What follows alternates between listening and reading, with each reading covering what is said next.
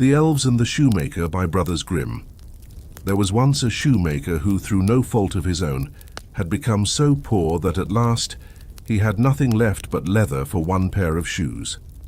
So in the evening he cut out the shoes which he intended to begin upon the next morning, and as he had a good conscience, he lay down quietly in his bed, commended himself to God, and fell asleep. In the morning, when he had prayed and was about to sit down to work, he found the pair of shoes standing finished on his table. He was amazed and could not understand it in the least. He took the shoes in his hand to look at them more closely. They were so neatly made that there was not one bad stitch in them, just as if they were intended for a masterpiece. Soon after, a buyer came in, and as the shoes pleased him so well, he paid more for them than was usual. And with the money, the shoemaker was able to purchase leather for 2 pairs of shoes.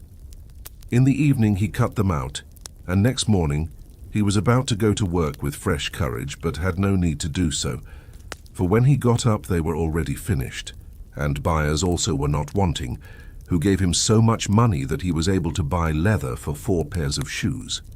The following morning too, he found the 4 pairs made, and so it went on constantly. What he cut out in the evening was finished by the morning, so that he soon had his honest independence again, and at last became a wealthy man. Now it befell that one evening, not long before Christmas, when the man had cut out shoes as usual, he said to his wife, "Let us stay up tonight to see who it is that lends us this helping hand."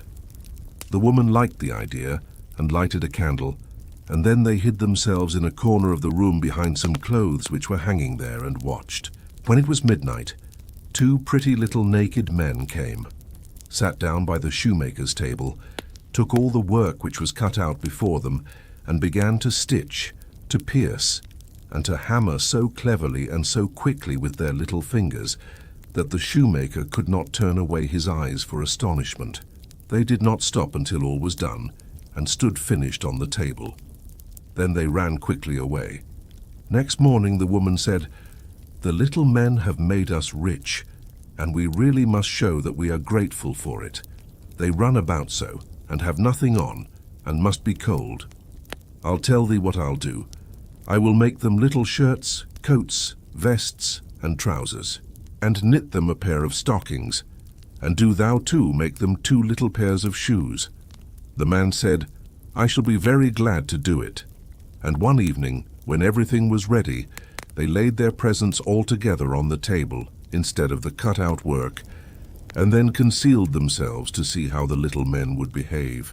At midnight they came bounding in and wanted to get to work at once, but as they did not find any leather cut out, only the pretty little articles of clothing, they were at first astonished, and then delighted. They dressed themselves with the greatest rapidity, and put the pretty clothes on, singing, "Now we are boys so fine to see, why should we longer cobblers be?" Then they danced and skipped and leapt over chairs and benches. At last they danced out at the door. From that time forth they came no more, but the shoemaker fared well as long as he lived, and had luck in all his undertakings.